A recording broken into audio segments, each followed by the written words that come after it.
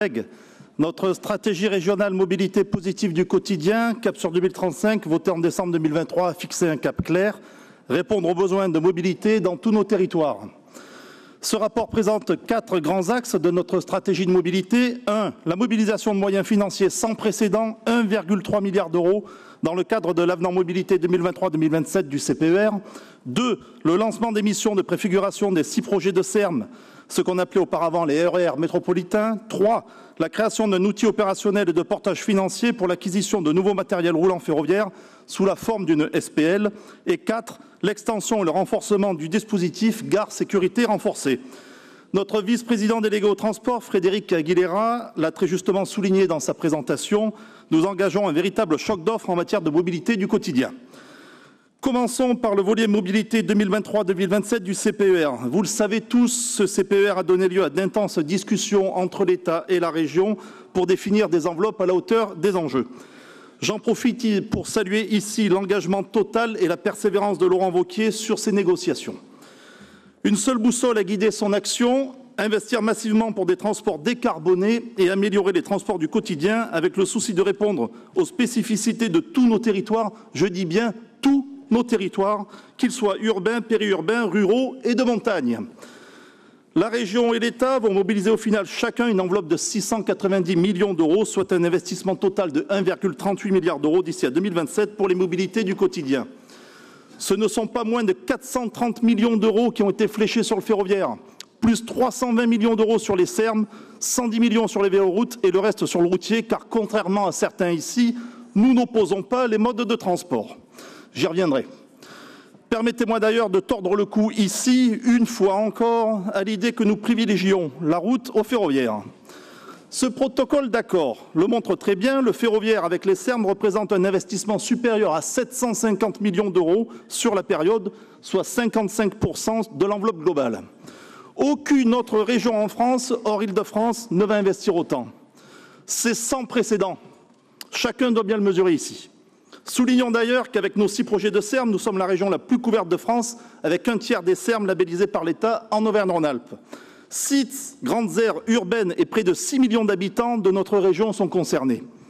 Et nous avons été très clairs avec l'État. Les 6 projets de SERM doivent être traités sans exclusive aucune, avec la même attention et avec la même priorité. Il ne doit pas y avoir de différence entre Clermont-Ferrand, Chambéry, le Franco-Genevois, Grenoble, Lyon et Saint-Étienne. Il n'y a pas de sous-métropole ou de territoire moins important qu'un autre. En nous engageant avec autant de force dans les 6 projets de SERM, nous voulons très clairement favoriser les transports décarbonés, le report modal et les changements d'usage, renforcer l'offre de transport collectif, lutter contre la congestion des métropoles, désenclaver les territoires périurbains et réduire les inégalités territoriales. Dans le ferroviaire spécifiquement, nous allons investir 5,7 milliards d'euros d'ici 2035 avec là encore des objectifs clairs. Plus de trains, plus de ponctualité, plus de confort. Entre 2010 et 2015, sous les présidences socialo-écologistes, la région investissait 72 millions d'euros par an dans le matériel ferroviaire.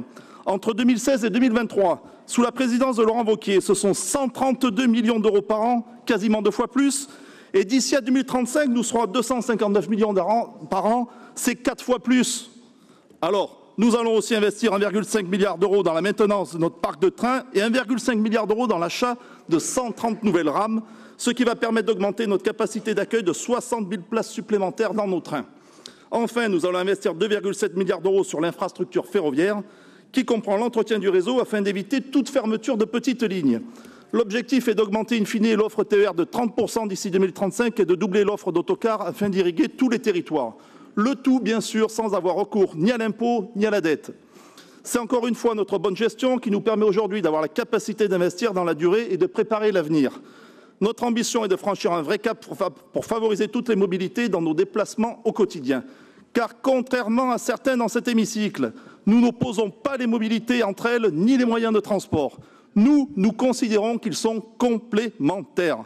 Nous devons de répondre à tous les besoins de mobilité, en premier lieu dans nos territoires ruraux, bien souvent oubliés, où la voiture est, on le sait, le seul moyen de déplacement possible.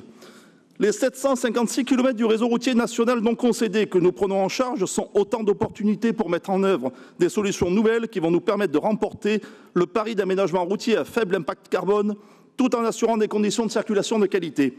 Saisissons toutes les opportunités pour atteindre l'objectif fixé de neutralité carbone en 2050. Et je suis convaincu que nous pouvons le faire ensemble, collectivement, en bonne intelligence. C'est tout l'esprit des comités des partenaires régionaux et locaux que nous déployons dès cet automne et qui regrouperont les collectivités locales, les représentants des usagers, les représentants des employeurs ainsi que des habitants. La capacité de la région à proposer aux usagers une offre de déplacement moderne, performante, de qualité, sécurisée est un enjeu majeur. Nous nous devons en effet de garantir la sécurité dans nos trains et dans nos gares. Les gares sont des lieux très exposés à la délinquance. Un tiers des vols et 20% des violences sexuelles et coups et blessures recensés au niveau national sont produits à l'occasion d'un trajet en train ou dans un rayon de 750 mètres autour d'une gare. Le plan de sécurisation que nous avons lancé a déjà permis de réduire de 51% les faits de délinquance et d'incivilité dans les gares et les trains depuis 2021.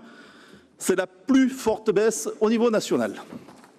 L'expérimentation que nous menons actuellement en concertation avec la SNCF, l'État et les collectivités locales à travers le dispositif Gare Sécurité Renforcée montre des résultats encourageants. À Valence, première gare où l'expérimentation a été lancée, les résultats sont probants. Une baisse du nombre de faits de sûreté de 33%, une diminution du nombre d'interventions de la police municipale de 22%, une diminution du nombre d'interventions des pompiers sur le secteur gare de 60%. Fort de ces bons résultats, à Valence, la région va étendre l'expérimentation à de nouvelles gares. L'insécurité n'est pas une fatalité. Notre politique porte ses fruits.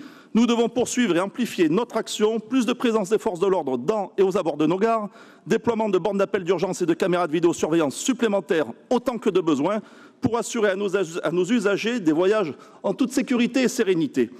De même, et c'est tout aussi important, nous allons poursuivre notre plan d'action pour une mobilité accessible à tous. Car oui, au cœur de notre ambition pour renforcer la qualité de service, nous ne souhaitons laisser personne sur le bas-côté. Les personnes à mobilité réduite sont au centre de nos préoccupations dans toutes nos politiques régionales.